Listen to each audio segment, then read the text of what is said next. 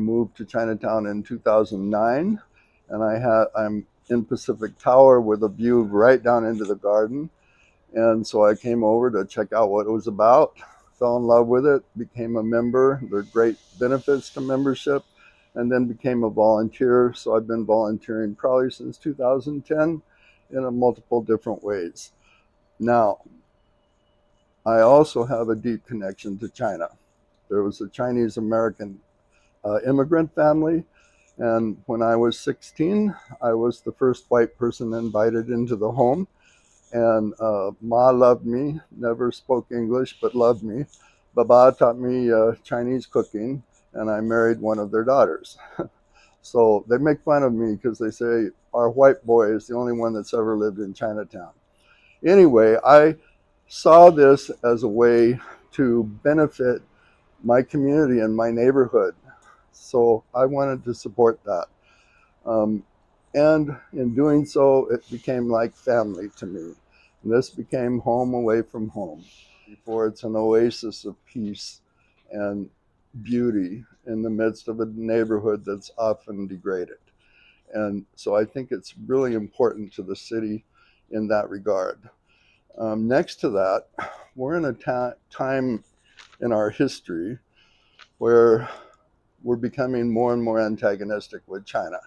Suzhou is our sister city in the World Heritage Site of Scholar Gardens, and Suzhou has been a hotbed of the arts and crafts in China for centuries.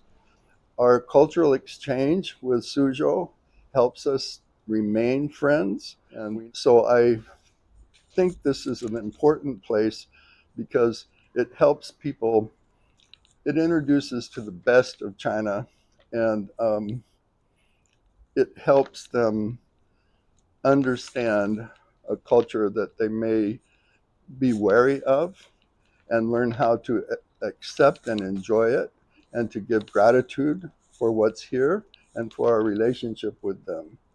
And I might add, we did build a garden in Suzhou, so it was an exchange. The magic of Lan Su starts with a magical story. The real entry to the garden is the big arch out on Everett.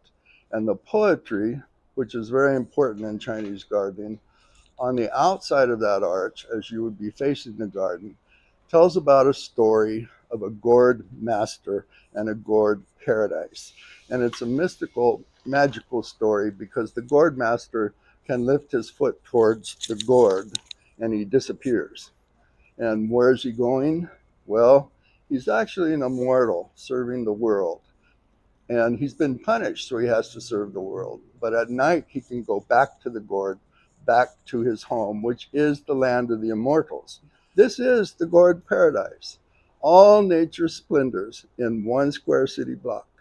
So we need to understand nothing in this garden is purely ornamental. Nothing.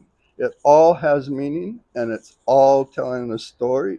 And I think that's part of the magic. Done many things over the years. Now I'm the most proud of my work is of being a tour guide and a mentor of other tour guides. I think my work benefits the missions of the garden because I like to tell story and it engages guests and they get intellectually and emotionally connected in a way that they wouldn't have otherwise. So part of the magic of the garden for me is I have served nonprofits since my teens, and this is the best run nonprofit I have ever met. And it's an honor for me to be serving here.